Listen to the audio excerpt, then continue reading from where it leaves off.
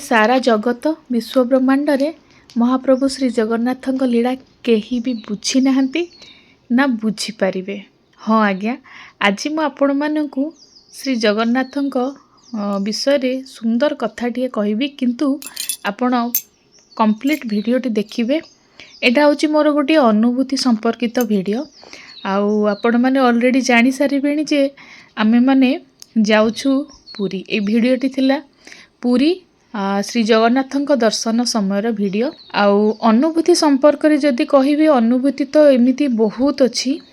आउ 2026 मसिया आरंभ होई 2 मास ऑलरेडी बीतीबाकू बसिलानी। आउ मार्च मास आरंभ होई जिवो, तृतीय मास। आउ एई वर्षर एटा होची प्रथम श्री जगन्नाथ दर्शन। आउ अनुभूति आपण माने जानिबा पई कंप्लीट वीडियोटी देखिबे श्रद्धार सहित। आउ जदि आपण को वीडियोटी भल लागिथिबो आपण निश्चिंत भाबरे लाइक टे करिवे। एटा होची मो तरफ आपण मानकु अनुरोध। आउ एटा तो आपण माने देखि पारुछंती, एटा थिला जर्नी भुवनेश्वर रु पुरी। आउ अनुभूति एया थिला कि जे एई वर्षर एटा होची प्रथम जगन्नाथଙ୍କ दर्शन। आउ एई आमे अल्प समय परे पुरी पहुँचीबा पूर्वरु माँ बाटमंगला को दर्शन तो सबु बेले करू। आउ ए किछि दिन हेलाणी माने जेबे ठारू मु जगन्नाथ को तो विश्वास करूथिली। एमिति केही नाइ जे जगन्नाथ को ता जीवन रे कहि परिबोनी जे अविश्वास करे बोली। विश्वास तो करंती, किंतु भक्तिर सहकारे केते तांको सहित जडित सेटा एई किछि वर्ष हेला मु तांको सहित जडित हेची। माने जेमिति कुहंती आत्मा सहित परमात्मांकर संपर्क सेई भली कथा। आउ मां को प्रथमे मां को न देखिले तो बापा को देखिबा संभव नुहे। मां बाटे जगी की बसचंती ना। आउ मां को न देखि केमती पळीबा। तो सबु थर जेबे भी पुरी गले मां को बाटरे बाट मंगला को आउ दर्शन करी आमे जाऊ। आउ एई थर मध्य पुरी गला बेले मु मां को दर्शन करिकी जाइथिली। आउ मु कहिबी मां मंगलांकर भी मु गोटे बहुत बड़ भक्त। आउ मु एई 2-3 वर्ष हबो मंगलांकर भी उपवास करूची। चैत्र मास भी आसी गलानी, मांकर मास। आउ तापरे आमे मां को दर्शन सारी दीपटिए मां को पाखरे बसि चली जाइथिलु जगा पाखकू। आउ जगा पाखकू पहुँचीबाकू थिला अल्प बाट। आउ मनरे बहुत माने कौन कहिबी, माने आत्मा आउ मन पूरा श्रीहरण। आउ जगन्नाथ को दर्शन करिवा पई जेतिकी आकुल लागु थाए, माने समयटा जेते जेते बढु थाए लागु थाए जे समय किछि बढु नाही, मोर व्याकुलता बढुची। आउ बहुत माने जेतेबेले बड़ दांडरे प्रवेश करिकी आमे जाउथलु। आउ सेही समय रे गाड़ी रे प्रभु जगन्नाथंकर भजन चली थाए। जेतेबेले भी पुरी गले पूरा भुवनेश्वर पुरी जगन्नाथंक भजन ही खाली भजन, तांको भजन रे ही पूरा जर्नीटा कंप्लीट हो जाए। आउ एते भल लगे से समयटा।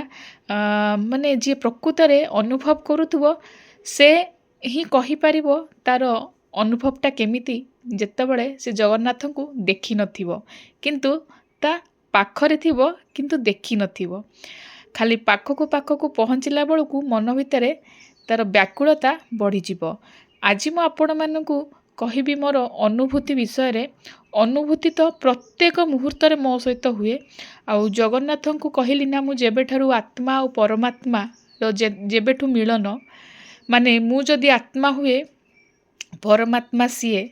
आउ तांको जेबेठू मु विश्वास करी तांको विश्वास रे मु बाट चलुची, प्रत्येक कथा तांको ऊपर मु भार भलिया लदी दउची। आउ से भगवान आउ से मोर सबु किछि, सबु दायित्व मोर से नैचंती। आउ जेतेबेले मंदिरटा दूररू देखा जाउची, मनरे आहुरी माने आत्महरा लागुची, खुशी लागुची। समस्तंग मनरे खुशी। आउ भगवान को देखिबा पई गोटे अद्भुत प्रकारर आनंद सृष्टि होची।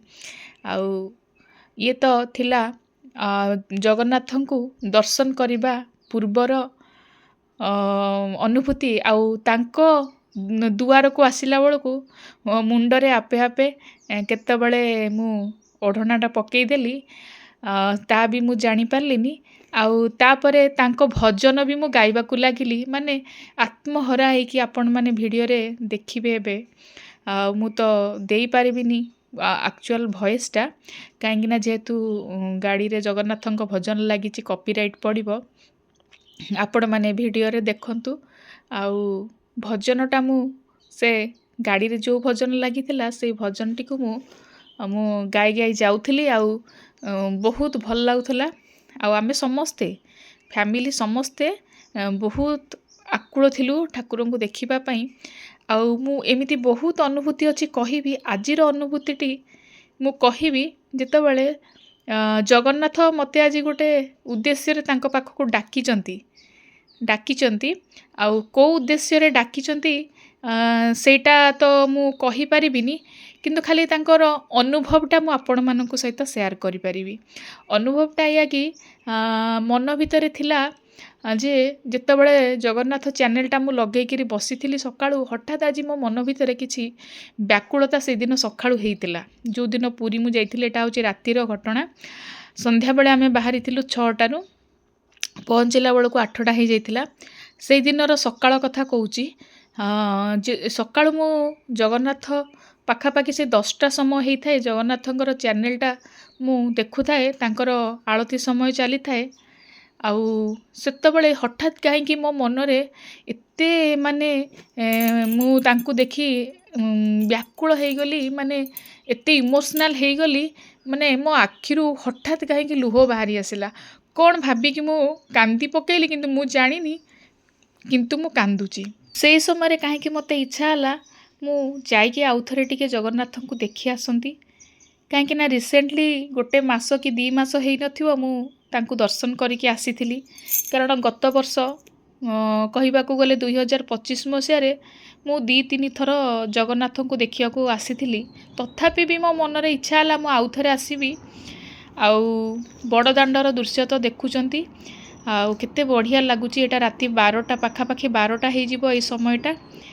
ଆଉ ଏଇଟା ଥିଲା ଅନୁଭୂତି। ତାପରେ ପରେ ଡିସାଇଡ଼୍ ହେଲା ଯେ ସନ୍ଧ୍ୟାବେଳେ ପୁରୀ ଯିବାର ପ୍ରୋଗ୍ରାମ୍ ଡିସାଇଡ଼୍ ହେଇଗଲା। ତ ଭାବନ୍ତୁ ତ, ଆତ୍ମା ଆଉ ପରମାତ୍ମାର ଯଦି ଏତେ ମିଳନ, ଏତେ ସୁନ୍ଦର ଭାବରେ କନେକ୍ସନ୍ ହେଇନଥାନ୍ତା, ତାହେଲେ କ'ଣ ଆମେ ଆସିପାରିଥାନ୍ତେ କି? ନା ଆମେ ତାଙ୍କୁ ଦେଖିପାରିଥାନ୍ତୁ? ଏଇଟା ହେଉଛି ଅନୁଭୂତି। ଆଉ ସିଏ ଗୋଟେ ଉଦ୍ଦେଶ୍ୟରେ ମୋତେ ଡାକିଥିଲେ, ସେଇ ଉଦ୍ଦେଶ୍ୟଟା ମୁଁ କହିବି ଆଉ କେବେ ନୂଆ ଗୋଟେ ଏପିସୋଡ଼ରେ ତା'ର କ'ଣ ଥିଲା। ଆଉ ଯେଉଁ ବି ଉଦ୍ଦେଶ୍ୟରେ ସେ ଡାକନ୍ତି, ସେଟା ତାଙ୍କର କିଛି ଥାଏ, ଭଗବାନଙ୍କର କିଛି ଥାଏ ଉଦ୍ଦେଶ୍ୟ, ତା ଭକ୍ତକୁ ସେ ଡାକନ୍ତି। ସେଇଥିପାଇଁ ତ ମୋ ମନ ବ୍ୟାକୁଳ ହେଲା ନା, ମୁଁ ତାଙ୍କ ପାଖକୁ ଗଲି।